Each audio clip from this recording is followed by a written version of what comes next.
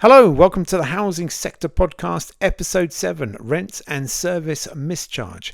In this episode, we have a little bit of news to catch up on, and that will lead nicely into a bit of an expose on some of the many housing providers, many of them are part of the G15 group, who have been found guilty and had to refund money or have been called out for overcharging people either rent and or service charge. All that on Episode 7 of the Housing Sector Podcast, Rent and Service Mischarge. Housing Sector Podcast, Episode 7. Rent and Service Mischarges. Okay, so it's not been a great few weeks for Lambeth Council. As reported on many websites, this one taken from the BBC on the 10th of July. A London council boss has resigned after being charged with a number of driving and drug offences. Bayo Dosunmu, Chief Executive of Lambeth Council, was arrested in the Westminster area on the 23rd of June after allegedly failing to stop at the scene of an accident. The 46-year-old has been charged with possession of a Class A controlled drug, driving over the alcohol limit and driving without insurance, and others are reporting that he failed to stop at the scene of an accident, possibly because he may have been drunk, under the influence and without insurance. Now look, this isn't a hit piece on him. I too am in recovery, and you know, my thoughts go out to him, who's clearly struggling, but more importantly to his family. You know, it's always hard on the family. We have our escapism, and it is not a healthy one, but it impacts our families more. It's also disappointing to see that the Vanguard, the Cable and the Daily Post all led the headlines with Nigerian born, as if where he was born had anything to do with it. That hasn't been the case on the BBC, Sky and Guardian, Independent. They haven't led with that headline, which is good to see. It's a case of the English taking the best of you. So had he been caught rescuing a drowning child from a river, he wouldn't have been called Nigerian. It would have just been, you know, CEO saves child in lake. It wouldn't have been Nigerian born man jumps into mine. Nigerian born CEO jumps into rapids to save children. That isn't how it's reported. So again, disappointed, but good to see that the mainstream outlets are not leading with that. Now, look, I don't know if the two are connected, whether the stress of the job has led to drink and drugs. It is always a possibility, or whether the drink and drugs have led to some systemic instances which are coming. Of course, this is the overcharging. Now, I suspect it predates. However, Lambeth Council, as reported on the 30th of June on the BBC, a London council has been forcing residents into silence as a condition of them recovering money owed for the building and work of services they had been overcharged for, in some cases by tens of thousands of pounds. Lambeth Council was asked by the BBC how many leaseholders it had asked to sign confidentiality clauses or non-disclosure agreements, NDAs, over a period of 5 years. It said 136 residents had entered into confidentiality agreements. The Labour-run council has paid out nearly 1.6 million in building works refunds to these residents, an average of more than 11,500 per case. So this brings us on to the main part of this podcast, which is, and as we've previously covered in the last podcast where we looked at service charge being this gift that kept on giving, how it's being exploited. In this episode, we're now going to focus on some of, and many of them are part of the G15. What that's got to do with it? Well, it just seems a bit of a shambles. You'd think they had to adhere to a higher standard if they were part of such a prestigious group of housing providers. But let's have a look into some of the service charges, overcharging and rent overcharges of recent times. Known overcharges. In our latest housing sector blog, which you can find by following this QR code, we delve into rent and service mischarges. We look at some of the known offenders of the housing association world who have been knowingly or unknowingly, due to mismanagement or inability to correctly do their maths, have been overcharging residents for services that they either haven't received or they've been inflating costs. Clarion Housing is one of them, who overcharged one resident by about £3,500 over 3 years for weekly maintenance fees, which has now been reduced. The fees, so she was charged about £5 a week in 2013, a fee that rose to £42 by 2022. It's now been after the lady went on BBC Three Counties Radio JVS show. She received a refund of £3,481 and now the weekly fee is down to £4.99. How can this be? We've got one from Your Housing Group, as reported by Inside Housing, February 2024. Your Housing Group has announced that it has fully reimbursed residents who were collectively overcharged £648,000 in rent. Metropolitan Thames Valley Housing, accused of overcharging for services that were either not provided or overpriced, residents of Metropolitan Thames Valley Housing in an East London estate had initiated a service charge strike after a 7-year wait for transparency regarding financial accounts. This involved more than 20 residents. We've got Peabody. Peabody had been investigated for unjustified service charge increase and billing errors. This was an early day motion tabled on the 20th of March 2023 UK Parliament, where 5 members of Parliament expressed their concerns and their disappointment over the accusations of a lack of response from inquiries from customers' MPs. It criticised irregularly large service charge increases and the chief executive's failure to justify these hikes. Southern Housing Group, they received a regulatory notice from the Regulator of Social Housing on the 24th of November 2021. The notice highlighted non-compliance with the Welfare Reform and Works Act of 2016. Specifically, Southern Housing Group incorrectly applied exceptions of fair rent properties between 1st of April 2016 31st of March 2020, resulting in overcharging rents for 677 general needs homes. The failure to apply the mandated 1% of annual rate reductions led to an incorrect rent increase under the rent standards transfer. Following their own review and independent investigation, Southern Housing Group identified approximately 1.05 million in overcharges from 2016 to 2021. Notting Hill Genesis, who had noted for billing discrepancies with unexplained increases in service charges ads published by SHAC. Tenants and residents of Notting Hill Genesis have been affected by incorrect service charges estimates for 2022-23 period, impacting nearly all social housing units. Despite residents' efforts to dispute these charges, clarity on the errors only came after a local councillor intervened on behalf of the constituents. Fair play to that guy or girl.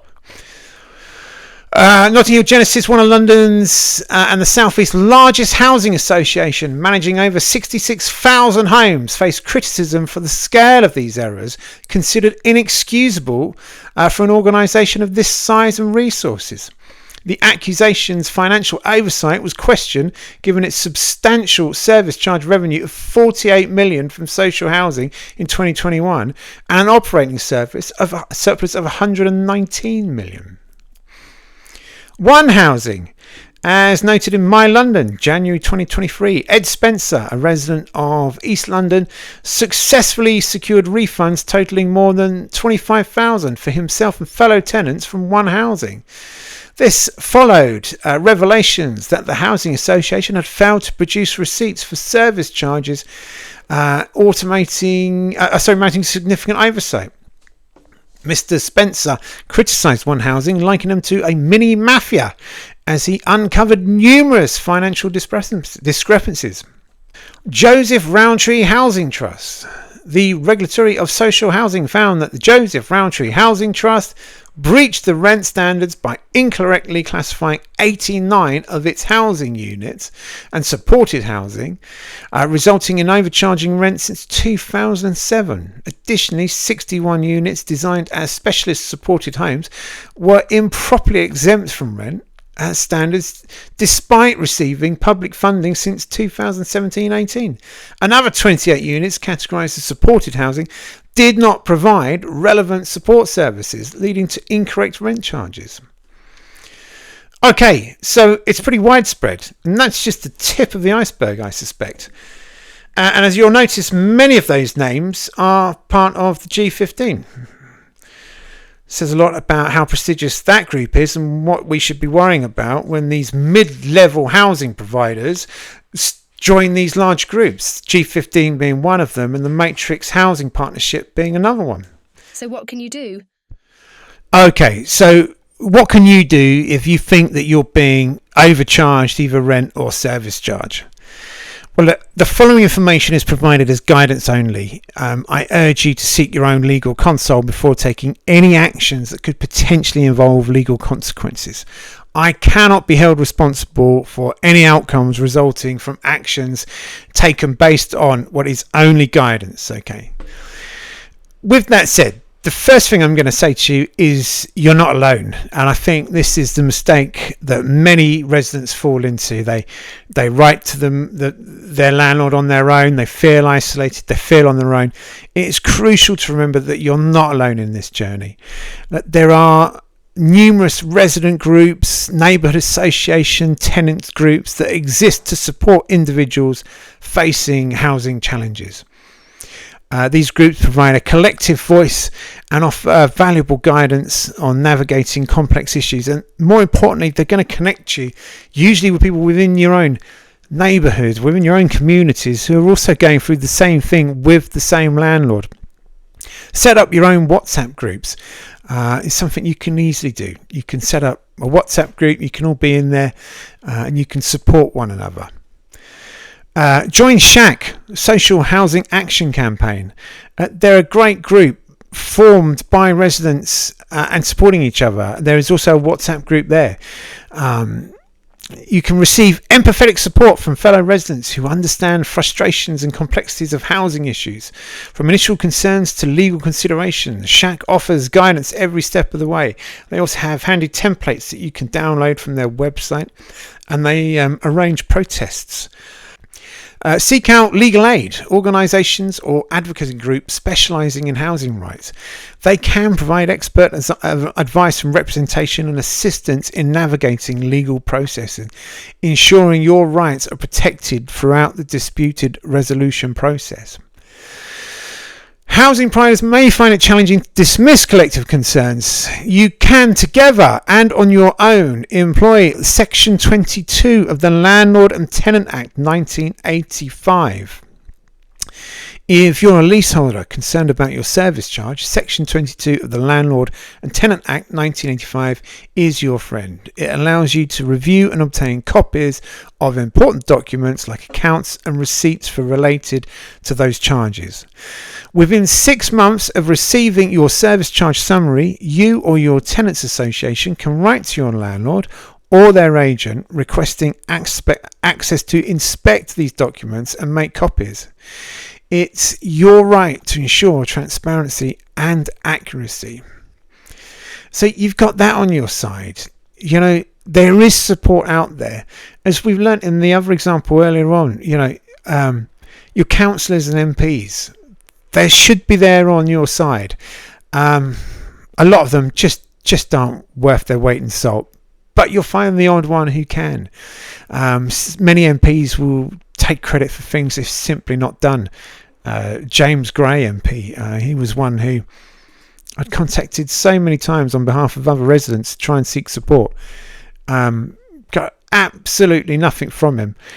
You can find a link to him here. He's probably lost his seat. In fact, I hope he has in the local election. So he would take credit for things. He took credit from a housing ombudsman investigation, which had absolutely nothing to do with him whatsoever. Then he took credit for the letter that Michael Gove had written which he had absolutely no input in at all. So a lot of them just aren't worth their weight in salt. I'm currently having an argument with one of the supporters with I won't go into the details. In fact, I'll do it at another date. They just don't want to know, and it's because they make this deal because they know they need new homes. But there are exceptions to the rule, and they can help support you, and that's what they're there to do. That's what we elect them for. So lean on them. I think the main thing is to seek support. I mean, let's face it, we're all in this together, and there are more of us than there are them. If there's anything that I can do, if there's anything I can connect you to, or if there's anything you think I can do, or you're just looking for a bit more support or guidance, then please email me, ben@housingsector.co.uk, and I can try and link you up with other residents who are in the same boat, because together we are stronger. Together there are a lot more of us.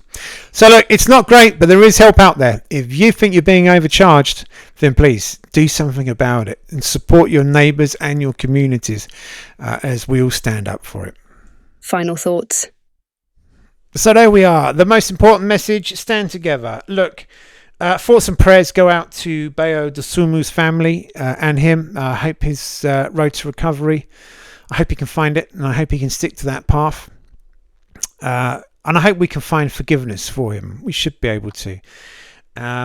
Service charges and rent, again, this is going to be a topic that we keep coming back to time and time again.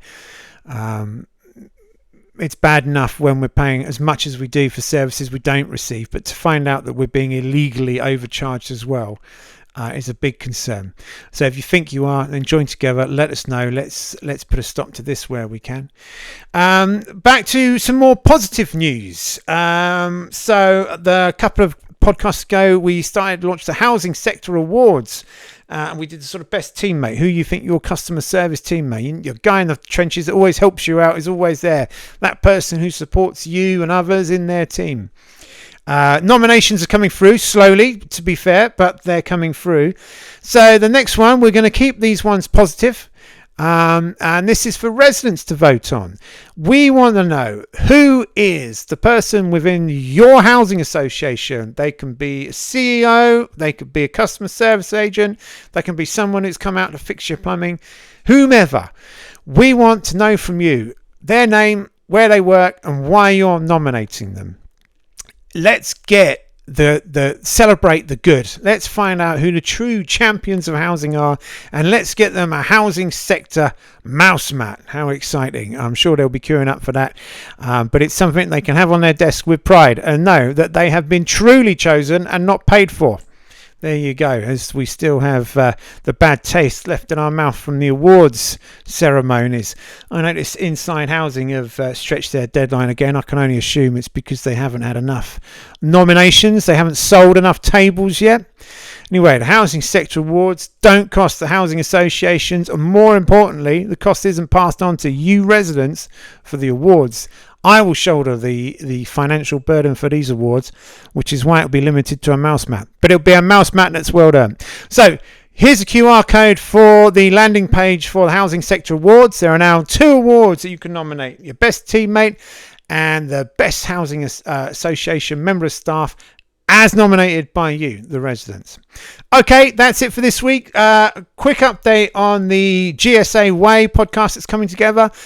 I did record a load, and I started to edit it, and it was during this process that I thought, no, actually, these need to be more bite-sized. They need to be sort of 10 to 15 minutes, and they need to cover each item. So rather than a list of things covering, we're going to cover a failure, which has come to light. And let's face it, we've got hundreds of them. It'll be a failure per episode. So they'll be shorter, more short format than the Housing Sector podcast.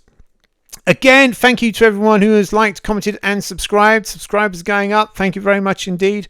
Traffic still coming through the website. Thank you again for that. And the audio podcasts are still very popular. So thank you to everyone who's downloading that.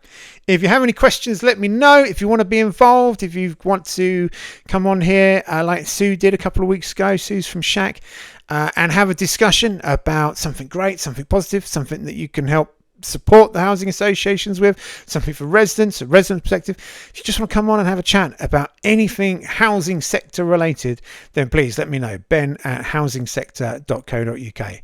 Okay, that's it for episode 7. Thank you very much indeed. Have a great week. Thank you for listening to the Housing Sector podcast. We hope you found this episode insightful and engaging. Please like, subscribe, and share with your friends and colleagues. Your support helps us continue to bring you the latest updates and discussions on housing issues. Stay tuned for our next episode, and don't forget to follow us on our social media sites for more content and updates.